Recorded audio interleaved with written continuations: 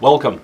I'm Douglas from CompuMatter, and I've been working down here at CompuMatter in a small repair shop in a small town in the Pacific Northwest for about 20 years now. And our goal here is to make a podcast to help translate tech issues and make things simpler to digest. And today we're going to cover a little bit of computer maintenance through multiple different operating systems and to decide when it is that you should be thinking about getting a new computer. My name is Auren. I'm the on-site and repair technician here at CompuMatter. Our goal is to kind of help you understand when a good time would be to get a new computer, because it's a very common question we get here. Oh, should I just go buy a new computer? When a lot of times there's actually software running in the background or other things you can do to actually speed up your computer enough that it's almost back to new working order. Yeah, so if your computer is running slow, a lot of times people will think it's just time to get a new one because it's slowing down.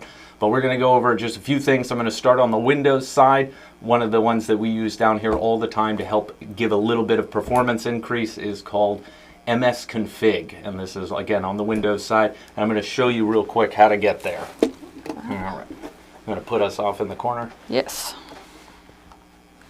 All right, so open up your start menu. This is Windows 11, but Windows 10 it's going to be the same. It's msconfig.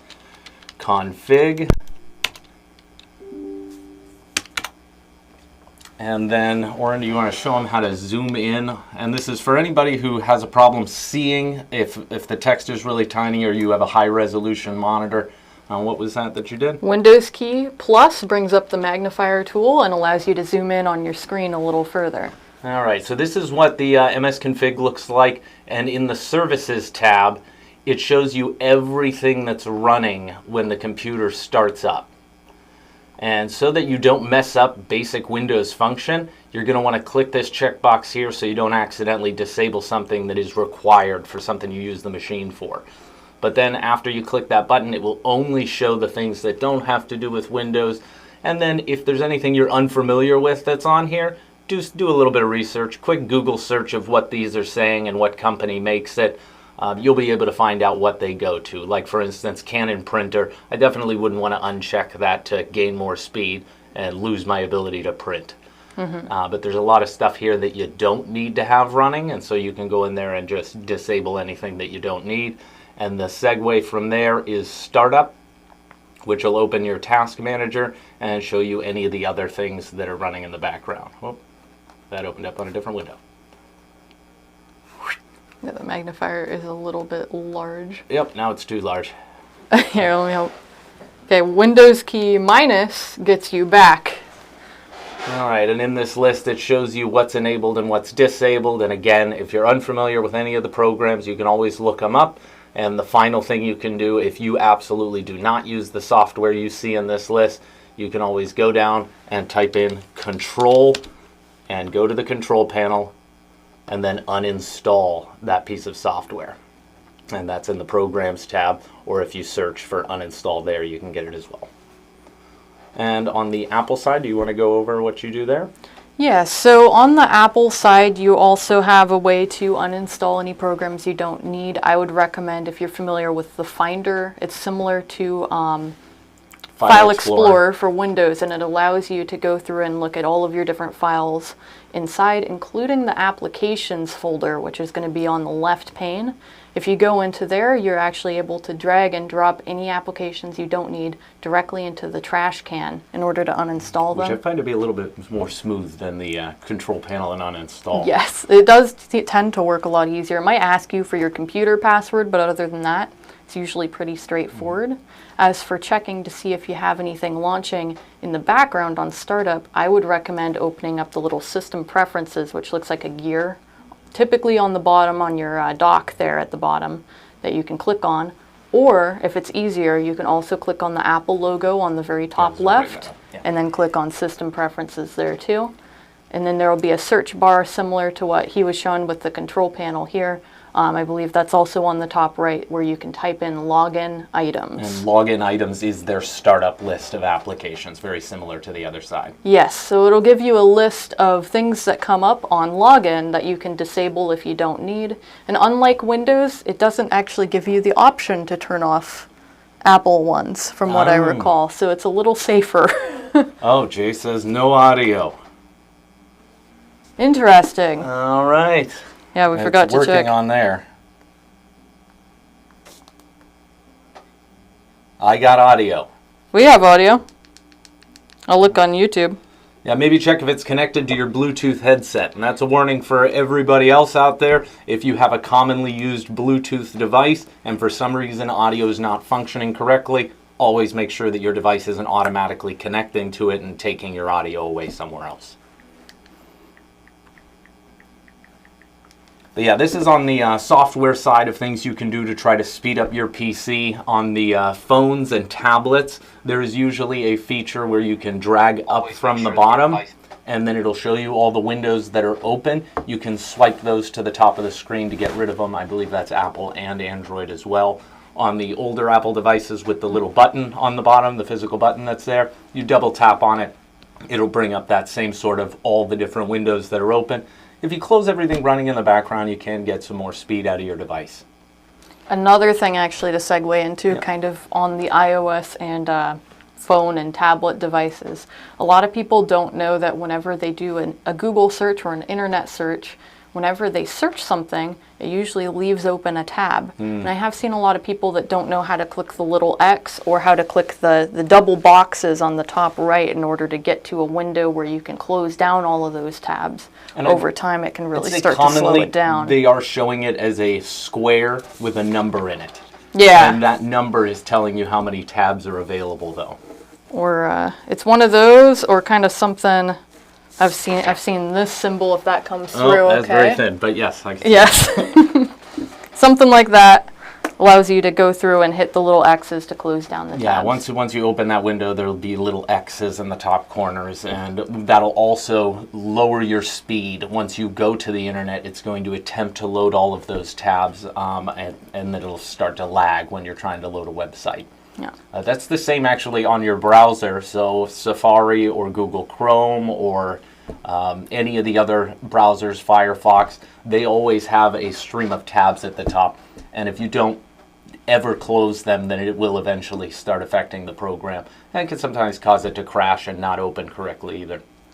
And did Danny you check Fernandez, Facebook? Thank you, good to see you. Bev can hear it. Okay, I'm not sure what's going on, but some people... Confirmation from the public anyway. Sure. I think with the boss, I think that might have been the Bluetooth headset stealing it. Maybe, but he was seeing a still picture, so that doesn't really explain that. Ah, yes. No, that's not working correctly. It's a weird Perhaps one. there's too many tabs open. Hello, boss. I fail? No, everybody else is saying good evening, working out. Everybody's Yeah, working out. Everybody's saying they can hear it, and I was on Facebook and I could hear it. All right, but Hey, welcome, Daniel. bye. Is it worth using Ubuntu 22.04 an old computer? Core 2 Duo with animation deactivated. Regards from Ireland. That's a good question. Is Ubuntu 22.04 is what we use down here for older machines to breathe new life into them? It depends. On a Core 2 Duo that is a much older processor, I don't know how well it'll handle 22.04. There are versions of Ubuntu, like Lubuntu, that are lighter. But aside from that, Ubuntu 22.04, disabling some of the settings in there, you can probably get it to run. I would look at probably having a decent amount of RAM just to combat the bottlenecking of the older CPU. Also, it would be really helpful if you don't already have a solid-state drive installed in that computer. You got to mention that. That'll help. Without a solid-state drive, an older machine, a lot of people don't know this, typically have a mechanical hard drive. The mechanical hard drives are great. We still use them to this day, and now there's helium-filled ones that are even more efficient, but they do degrade over time. It's just the case of anything with moving parts, including ourselves, is everything slowly just slows down a little bit. So on the mechanical hard drive, if you're trying to breathe life into an older system, first swap, biggest performance increase is the solid-state drive. Yes, which we actually have something right here. Yeah, I wish They're I had about this big. the mechanical one. Yeah, we could go get one if we wanted to. Yeah, no problem. There was one on the desk right outside. Yeah, we will show you the difference if you wanted to also see if we had one of the chip ones too. Because you have this plastic case here, but inside, like you mentioned, it's just a green, or I guess it could be any color, chip inside, no moving parts. It's at least 3 times faster out of factory than the conventional drives. And you can get a conventional drive that is about the same size as this, or depending if you have a desktop computer, they're a little bit bigger. And over time, you can also run into some issues where it starts slowing down. You might hear some drive clicking, and that's when I'd really recommend checking in on that, maybe getting it replaced. But always, whether you have a solid-state drive or a conventional, we recommend doing a backup of your machine. Yeah, regardless of what type of hardware you're using. Yeah. Backups are one of the most important things you can do for anything you don't want to lose. Absolutely. And so this is what the mechanical drives look like. They have a disc that spins in there, roughly the consistency of glass, and then there's a little arm that reads and writes with a laser over the top of it. Yeah. And what she's showing you there is essentially this guy without the case. Yep. So most of the SSDs, they just have a plastic case over the top of it so they can fit in. And now they have moved on to NVMe drives, which are a lot smaller. And this, I just wanted to bring up, these are all things that you think about with a machine that's being slow, things that you can upgrade without having to replace. And a good segue here is this drive, very unique one. This is an Apple SSD that came in one of their models. And this is sort of the bringing up pros and cons between Apple and PC hardware. Apple typically does have a unique drive as opposed to the universals that all of the PC, Linux, and Windows and that side of thing has. So these proprietary parts, although it might have some sort of efficiency over the more universal ones, is kind of a pain in the butt because they charge whatever price they want to charge for it, and then if you need to replace it, you're forced to pay those prices. Or you have to buy a special adapter if you want to get it and read it. Or it's so expensive that you pretty much feel pressured to just replace the machine and buy something newer. So really on segueing, if you have a machine that's running slow, those are some of the software things, and now these are some of the hardware things. The other one would be RAM. The amount of RAM you have in the machine. If you have a solid state drive and it's still running slow on certain programs, but the overall functionality is there, you might want to look into upgrading the RAM as well. Yeah. I tested and worked with some tweaks. I'm thinking about subbing Ubuntu Pro. I have 5 more years once this laptop is MBR, not GPT. Yeah, that sounds like a decent build. Yeah. To be able to get you by. I mean, for computers, just to be very clear, is depending on what you're doing with it, an unsupported system, like an older operating system, whether it be on Windows or on the Mac side of things, it's not a deal breaker for some uses. So if I say I had a person that was just writing documents and watching DVDs, I don't really care that the operating system is supported. I just would have some concerns when they get online. The security is not there. So you do have to deal with a little bit more security of issues when using unsupported older software. Right. I added that's not UEFI. Okay. All right. But yeah, there's a lot of machines out there that are older that Ubuntu, installing Linux on them, you can get many years out of a machine, especially the ThinkPad T430. It's a workhorse and it can handle a lot of that software and still be a very viable machine. That's going on probably 15 years old now at this point, maybe even older. Those are good ones. But yeah, what are some other things that you could do on the hardware or software side when your machine's slowing down? So another, I guess, good thing to note is if you notice your computer's slowing down, figuring out when it's slowing down can help you troubleshoot and figure out what could be causing it. If you don't have any slowness doing anything in Windows, like opening files and doing that sort of thing, but as soon as you open Google Chrome or anything like that, your computer starts to really slow down. Might look into seeing if you have a bunch of browser extensions that could be causing some problems. That's a good one. I see a lot of people who have software issues in one specific piece of software and claim that the whole machine is a piece of crap. And honestly, once we nail it down to the specific program and then find out that it's actually corrupted in some sort of way and just not functioning how it should, uninstalling and reinstalling that program would be among my first advice for if you do nail it down to a specific piece of software. Yeah, no, that's a huge one because you can open up a bunch of different applications and kind of test and mess around with it to see if it's slowing down as much as you were seeing. and then just record which one, okay, this one didn't do it, this one didn't do it, and then suddenly massive slowness. You might be able to troubleshoot further, either by uninstalling and reinstalling to see if that helps, or looking up even if anybody else has run into that same problem recently, maybe a new update to that software caused some issues. That also brings up in control panel on the Windows side, a lot of programs are now coming with the ability to run a repair. So when you go to uninstall it in control panel, there's sometimes an option that says change, and that'll allow you to run a repair on the software. I know Microsoft Office has that, and there's a few others I've used recently. Yeah, for sure. Yeah, and one of the people out there, Daniel, he brings up that he's using an HP 620 Business. I have found that a lot of the older business line models can handle Linux very well and get you use out of the machine many years after it's unsupported by whatever operating system, or by Windows in this case. Yeah, they tend to be better built most of the time for long-term support. Most of the business systems had a little bit more care put into them. I have seen that, you know, all the lower-end models or the consumer-based regular ones that they create a lot more of typically have cheaper parts, and because they're not really stressed out as much as the work computers. Yeah. Hey, Apollo.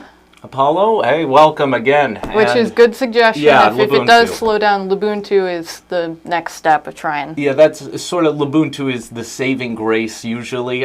There probably is a lighter one out there, but whenever we have a system that we're trying to see if we can get it to be another use case so that it doesn't go to a landfill and we can do as much as we can for the environment, Lubuntu is typically our last attempt to see if it can run it. Yep. No, for sure. And then on the your computer slowing down, something that I'd go on the rarer side that people don't typically think about is heat. Yeah. Heat death is the inevitable death of everything, including the universe. And okay. And ultimately, there is a little type of paste that's on your CPU in all the machines, and that's what helps transport the heat out of the fans. So what you can do is you can put temperature software on your computer. For Mac, I don't have a specific one I go to. I typically research it and see whatever's out there at the moment and just make sure to research the company that creates it. But on the Windows side, do you want to go over the temperature monitor? Yeah, some options there. Yeah, so HW Info, Hardware Info 64 is a really good temperature monitoring tool that you can take a look to see it. I think it gives you specs on CPU, GPU, solid state drive. I think I've even seen it do some other things depending, but it has just multi-core a ton of processors. sensors. It'll show you the heat of the different cores as well. Exactly. And it's very useful to see if you're running certain programs.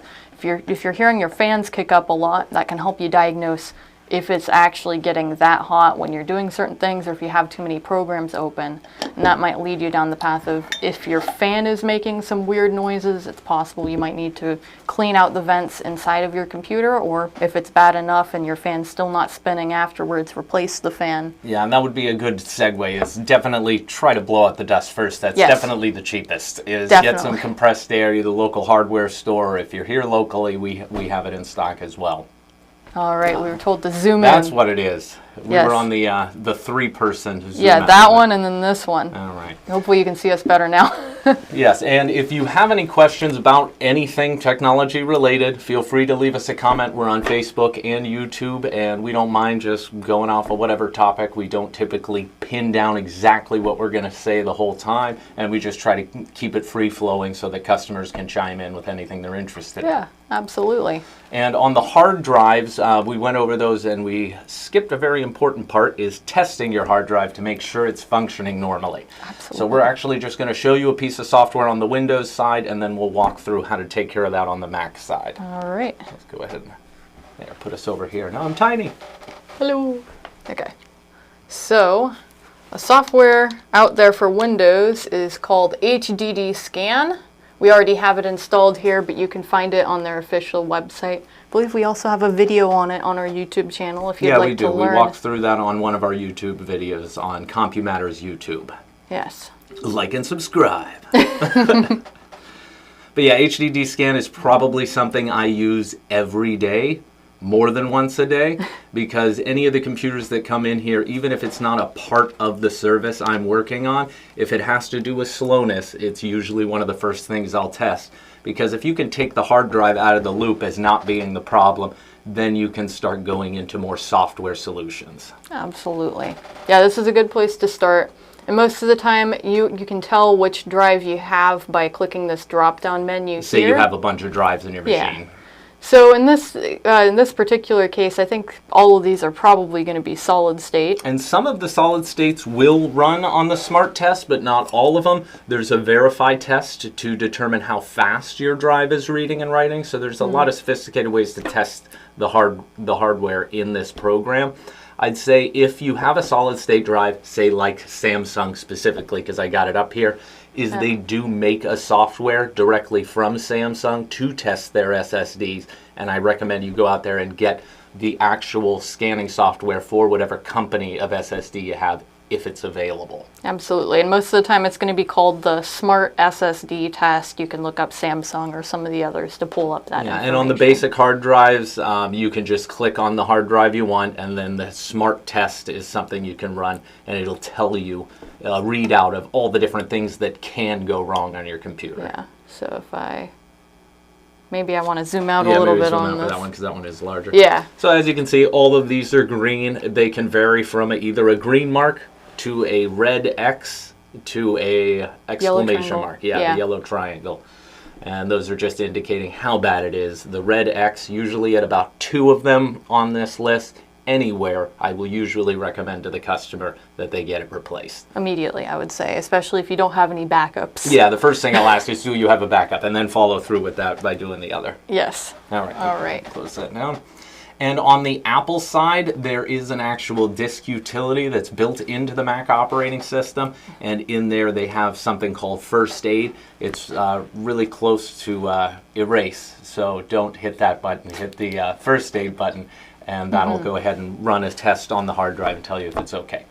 Not as reliable, in my opinion, unfortunately, but that's only because sometimes I've had it say it's okay, and on the smart test, if I remove it from the computer and put it into a Windows machine and run HDD scan, it seems to be a little bit better of a software for picking up early that there's signs of degradation in your drive.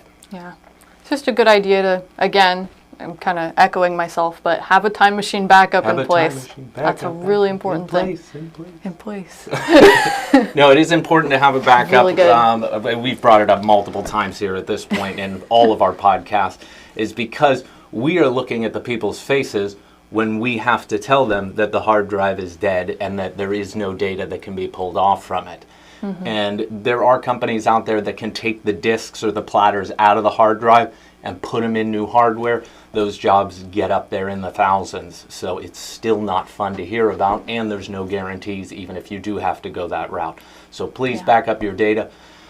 We don't like telling people those things, but ultimately we don't have a lot of control. There is so much that we can do to get data off of a failing hard drive, but if it is just like plugging in a brick, there's not a lot of options for us. Yeah.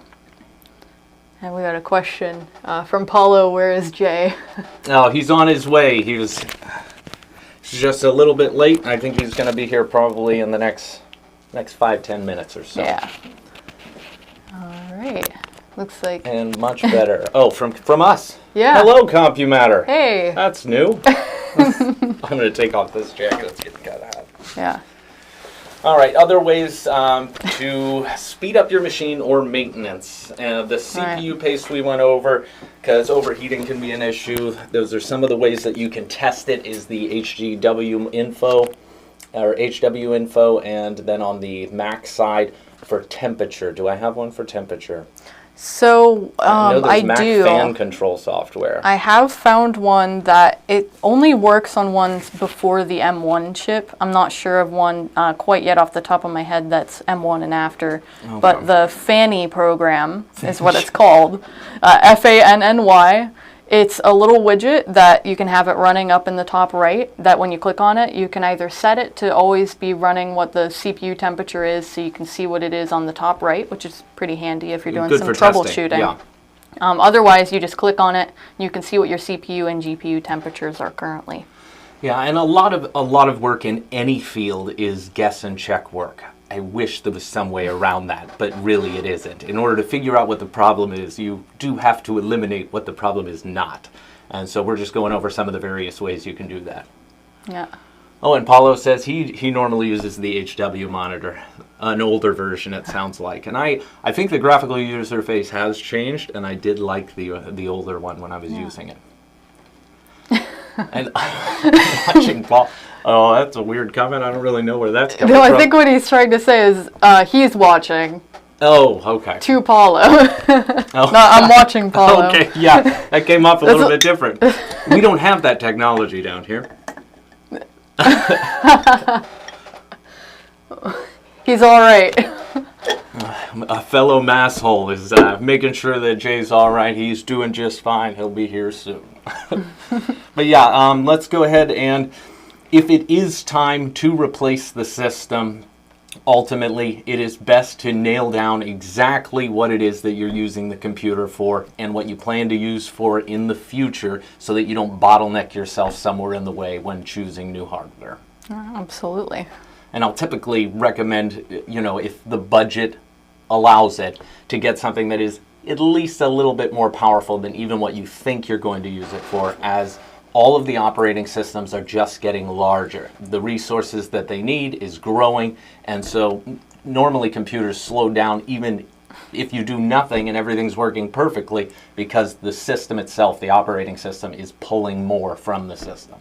Yeah, no, we've seen cases where people had applications that they're using all the time and it got an update and they said it was working just fine, but now it's really slow. At that point, it's unfortunate when their software starts updating past the point where the minimum recommendations for the hardware specs were. So now they're starting to experience some slowness. Yeah, and that's, again, aside from either being able to upgrade your CPU, upgrade your RAM, upgrade your graphics card, once it gets to the point where what you need to do with it can't handle physical upgrades, those are the only times I would consider getting a new machine. Otherwise, I'm a fan of trying to use stuff as much as possible so that less of it goes to the landfill and is filling up elsewhere. Aside from, your garage, where it ends up before that. And then, let's see, is there anything else on there? Upgrading hardware, maintenance. How much RAM do people actually need? How much RAM that's a little too vague. How much RAM do you need? That is a question we get.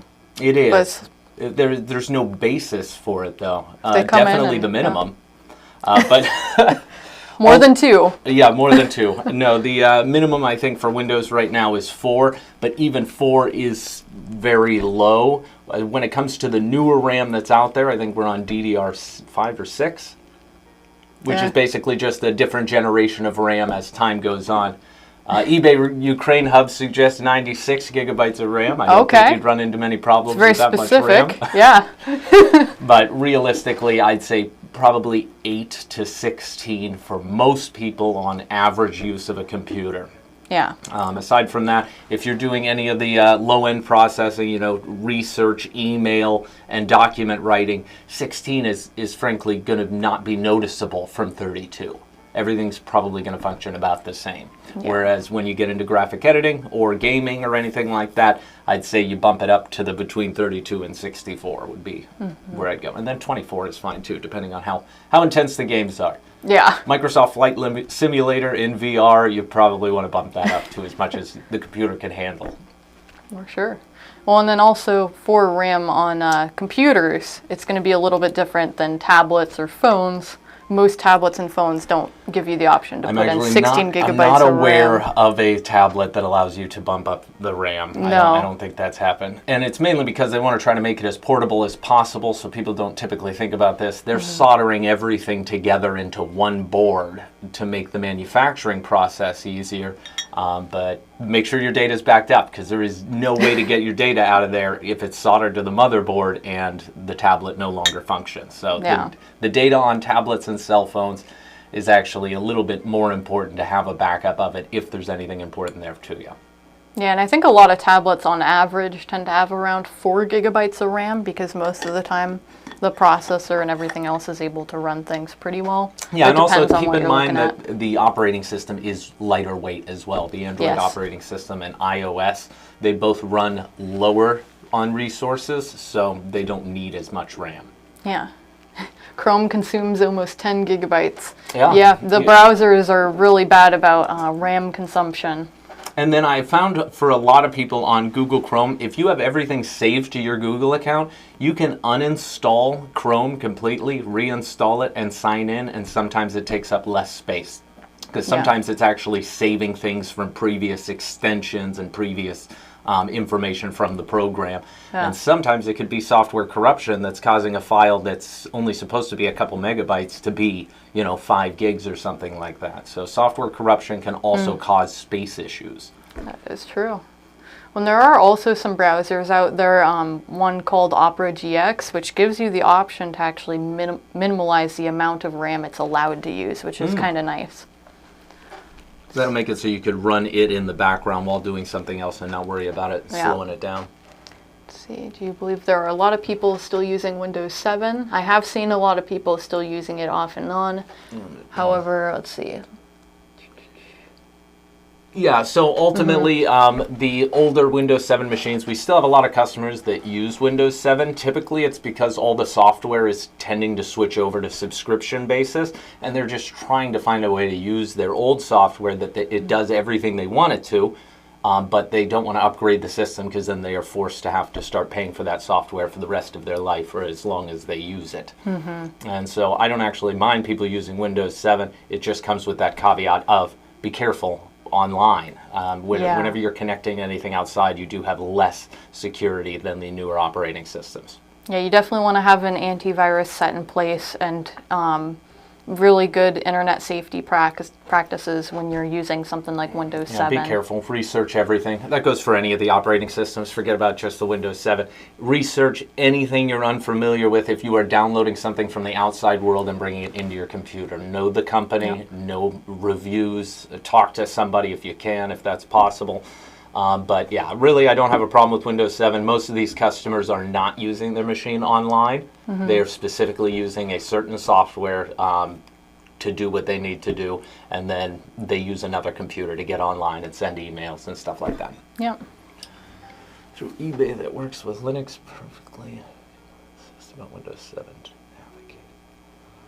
Yeah, it just depends really on your preference. There's also a bunch of different Linux distributions out there, some of which I think have been designed to look more like Windows to make it easier on people to navigate. And we actually made our own graphical user interface for Linux. So we actually have CompuMatter that we install out here that is basically, it's Ubuntu with changing the interface so that it looks more like Windows. And then we also installed a bunch of stuff in the background that makes it easier to install printers and certain types of software that people normally go out and get.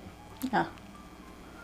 So it really, like you said, depends on what you're using the computer for. If you want to use an online computer that is pretty bulletproof from viruses and do some documents and email and things like that, I'd still recommend Linux over Windows 7. Definitely. It's definitely the most secure. Aside from that, nothing beats the research. Whenever you're unfamiliar with a piece of software, even as long as I've been doing this, there's always new software that's going to be out there. So it's always good to get a second opinion before downloading something. And Yonker, you! Hey! I don't know what that means, but I think you yo, too. Yo? you. Oh, yo. That might be yo. It's probably yo, what's up? Good to see you, and David, thanks for joining us and inputting some there. And yeah, the Windows 7 machines, they're typically going to be cheaper because it is older hardware. I'll just go back to earlier in the podcast where we were discussing solid-state hard drive, checking your temperature, because on refurbished machines, they're typically going to want that CPU paste to be replaced, because after so many times of heating up the machine and cooling it down, the thermal paste starts to dry up and become hard as a rock, actually holding the heat into the CPU rather than transferring it out the heatsink. Yeah. Thermal paste is a big one, and that goes for some older computers, desktops, laptops. Not something you do on a tablet, but... And it's not something that you do a lot. That would be on the maintenance side for, I don't know, it depends on how much you use the computer, but I'd say probably around 4, 5 years. Probably look into it. Yeah, that's a good...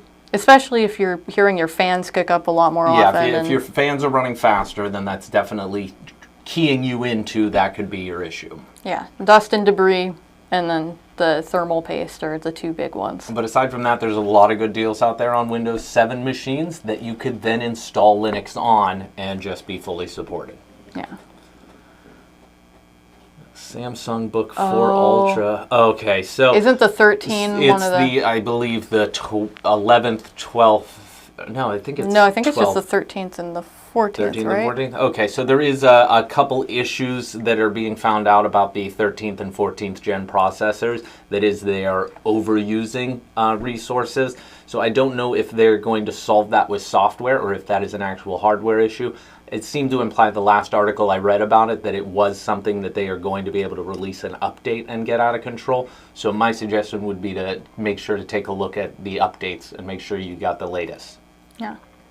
Otherwise, I'm not familiar with the Samsung Book 4 Ultra specifically, but we just both chimed into that 13th gen processor as being having some known issues with well, it's just a powerful CPU and it's new technology, so they possibly have some kinks to work out there. Right. Aside from that, this sounds like it's because it's a Samsung Book that it's a laptop. Yeah, it and does. any laptops that have a 4070 GPU in them are bound to get pretty darn hot.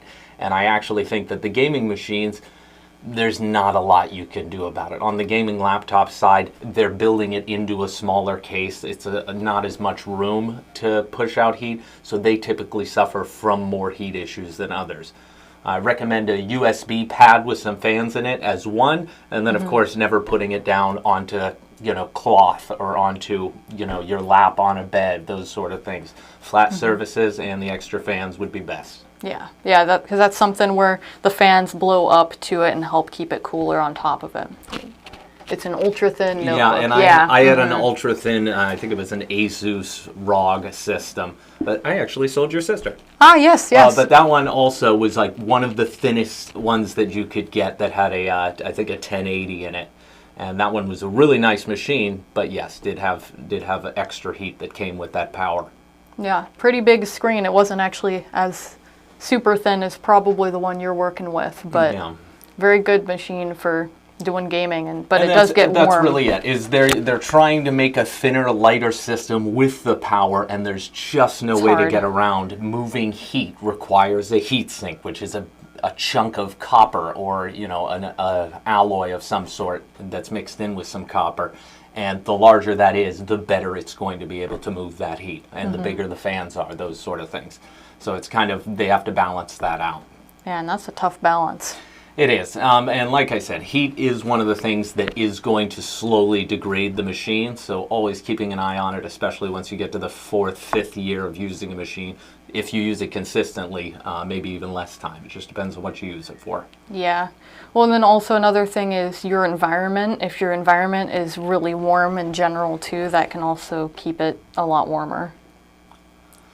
Yeah, and the environment also brings up dust in the area and those sort of things. I know a lot of customers that come in with shop computers, and I have one scenario, I wish I could pull up a picture of it. It actually had a pile of dust in it that I had to lift the desktop over and dump it out onto the ground outside. And I was really impressed that you could get that much in there, but it's just a matter of time. The computer is breathing and those fans are moving particles. So especially for shop computers, there's usually 2 screws on the back of a desktop on one of the sides or on both sides, and there is a way to open that up and just get the dust out of there or use one of the compressed airs. Yeah, no, that is a massive amount of dust. Huge warm environment. Yeah. In Brazil, I imagine it's a little bit more intense on the heat side of things. No direct sunlight, so for people I have had get burn marks on their screen from the sun. So there is, if you have your computer and you're setting up your office in a building that has a window, at least have some amount. Sometimes you don't have control, but if you can, make sure that the direct sunlight from the window isn't directly on the computer, and that can help lower your chance of not having an overheating issue, but just having the sun heated up naturally. Hello. Welcome. All right. Let's make some space for the boss. Oh, no. Well, I can pull up this side right here. Yeah, if we can scoot it over a little bit. And then we'll do it. Beautiful. Let me get a... That's you. All right, already ready for me. Good morning. I was here till 11:30 last night. Hello, Paul. Working away on a server project. We have and good morning to the two of you. Good morning. Yeah. A research and development project that we've been working on for years for service for small businesses, and we're confident it's going to be a very large project. And sometimes I work from the morning until very late at night, just trying to push this thing out there because I'm not getting any younger, and it needs to be launched. And it'll help out a lot of other small businesses. So Yeah. it's a way for a small business to give back to the world and to small businesses. Yeah. It's a big deal. So anyway, that's my excuse for being late this morning. Well, welcome in. Yeah. Yeah, Thank we you. were just going over maintenance of computers, long-term maintenance, short-term maintenance, when to get your machine replaced, how to design those things. We've gone over quite a few topics. Right. Went through HDD scan and HW info. Right. I actually saw the HDD scan portion. Okay. I like to zoom in on the HDD scan interface. I'm not sure how you did that. Yeah, that's we'll go over that again because a lot of customers are going to need that. Why don't you go ahead and run through that one more time? So for anybody that missed the HDD scan thing, here we go again. So I like just that the part zooming where you. feature. just Yeah. but I'm just going to bring up this program as an example. And Oh yeah, we should. Nope. Oh, Nope. There we Yeah. go. Okay, so the magnifier is a tool on Windows that you can activate by pressing the Windows key and the plus sign. And that turns it on, and then if you do it one more time, it There we zooms in. go. Wow. And to get we're gonna out use of that it, on this podcast a lot. yeah, we're going to be that- Because using there was that. a couple of times where it was really tough. I have not I had seen us forgotten use about that it. yet, Nope. and so I was watching from the sidelines, and I saw you zoom. I thought, oh great, they're going to open that, and it's nice that they're demonstrating it. But the fact is, as a viewer, I really couldn't Yeah, see wouldn't it. be able to make it. Yeah. And as soon as you did that, I could, and so we definitely do that a lot. Yeah, great. So the steps are open the magnifier, and then Windows key plus to make it bigger, Windows key minus to make it back to the original size. You can also, once you hit Windows key plus the first time, you'll see this little menu come up here that gives you and the then option does the to mouse zoom. control the screen borders at that point? Yeah. Yeah, So hit the plus sign, so plus sign. and then move your mouse off to the side somewhere. Does it? No, it doesn't move the. Okay, sometimes those things move the screen and pan it for you. They do if you go all the way over. Oh, I think it's I because have you have three your monitors. multiple Okay, monitors. yeah. Yeah. Okay, cool. Yep. Nice All right, feature. hope that saves your eyeballs. I Yeah. learned When something you on need our it. podcast. Oh, now we can do this. Yeah. All right. Oh, we should also talk about, real brief, just because of all the maintenance and things like that. A lot of people ask, my computer can't handle Windows 11. Do I need to buy a new computer? Right. And a lot of times it's possible that in the software right before you boot into Windows, it's called the BIOS, you might have something disabled called TPM, or your secure chip or security chip. They call it a bunch of different things depending on the computer. If it's turned off, Windows can't see that it actually can get to Windows 11 and will falsely tell you that you won't be able to. And one of the ways to find that out is to, on the Windows side, you can look at what your CPU is by clicking on the Start menu, right-clicking on the Start menu, and going up to System, and it will tell you what your CPU is. You can look up that CPU and whether it's compatible with Windows 11, and that'll give you an idea. And then if it says that it's still not capable of doing it, then it might be that feature in the BIOS. The BIOS can be a little bit over some people's head, but essentially most computers will have a function button that you have to hit. If you look up your model of computer and how to get into BIOS, there'll be plenty of information on how to get there. Yeah, so if you right-click on the Windows key, then press System, it brings you to this screen here. And then in the processor area, you can see this here. You can look up this and see if this particular processor can handle Windows 11. If so, and you're still getting the message that it won't work, I would recommend then digging into the BIOS thing to see if you're able to actually turn that on and get And the to feature 11. will be called TPM. TPM. And I'm not sure why they keep that disabled, I don't know. even on the machines that it's on there. What does TPM stand for? Trusted Platform Module. That one. Okay. I was thinking it might be Power Manager. Okay. all right. No, it has to do with the security Yeah, it's- of the system, and I Gotcha. think BitLocker works with it now too, so Oh, that wow. if that's tampered with, it'll prompt you for the BitLocker key. Maybe by turning it on, it may create limitations somewhere in the system, barriers that other programs might react to. That's possible. Yeah. All right, aside from that, Linux is a great alternative for older machines. We've gone over that a couple of times. If you do want to save some money, you can always get an older machine, do some of these maintenance things we're talking about, get an SSD, and then installing Linux, and you can go a long way with that. Yeah. And that's one of the things that we do down here. So if you're here locally and you have a machine that's running slow and you want to see if there's any use case for it, we can always go through the options with you. Absolutely.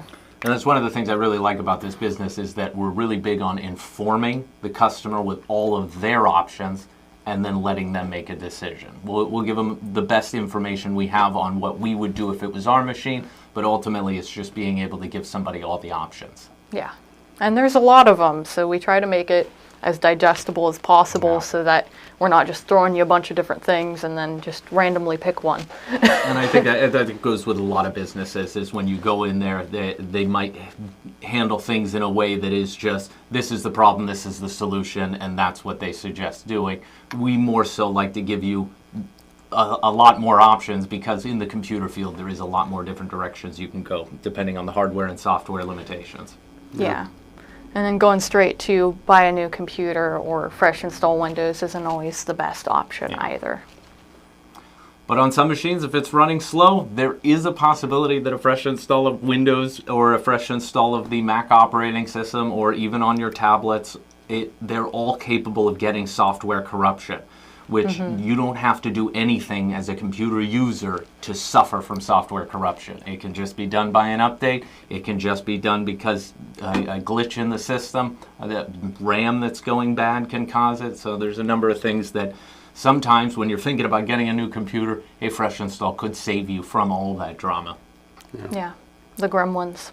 Yes, the gremlins, as some customers refer to them as. Yeah, I've obviously, as old as I am, I've gotten a lot of new computers over the years. Actually, I used to buy new computers. I haven't bought new computers for quite a long time. But the bottom line is, for me, upgrading a computer, when am I knocking on that door, tends to be when things are not, you know that you need a feature on that next version of Windows that you don't have on your current version of Windows, or you want some piece of software and it's not supported. But otherwise, I'm going to milk that. I'm going to use my existing operating system. I'm going to use, as long as my computer's performing well, my software is performing well, I am absolutely going to forget about whatever the world is preaching or however many people are switching to it. It just doesn't matter. Only when I start hitting barriers to the bank, if the bank won't use your browser anymore, that's a barrier. If the program, it doesn't support what you're using, that's a barrier. If there's a feature on that new version of Windows that you really want to have that your current one doesn't have, that's a temptation. And so those things I'll move in another direction, but otherwise, enjoy what you got. Yeah, and that'll be the main thing that stops working when your machine is unsupported. He brought up banking websites. I remember going from Windows 7 to Windows 10. Those were some of the first features that stopped working as people get into their financing applications. Yeah, if your security software no longer updates because of whatever version you use, those are real reasons to start thinking about it. But just because you feel like you're missing something, why put yourself through all that turmoil? Yeah. Yeah. Which is another reason to go with Linux over Windows 7 at this point, is because of things if you do any online banking. Would highly recommend not using Windows 7 for that at this point, just because most of them are not going to be supported. On top of that, it's not going to be as secure as if you were in a Linux environment. But it depends on your budget too. So if you have to, get a third-party antivirus on there, as well as maybe look into browser extensions that can add extra protection. There are ways to still use the system safely. Yeah. All right. And thank you, Paul. I see you over there and appreciate the welcome. Sorry I haven't responded before now. All right, but do you have anything else you want to put on that subject? On the guiding people from one system to another, or how they could get more use out of the system they have? Right. Guiding people from one system to another. On how to make that decision, when to make that decision. You've already gone over some. Yeah. I would.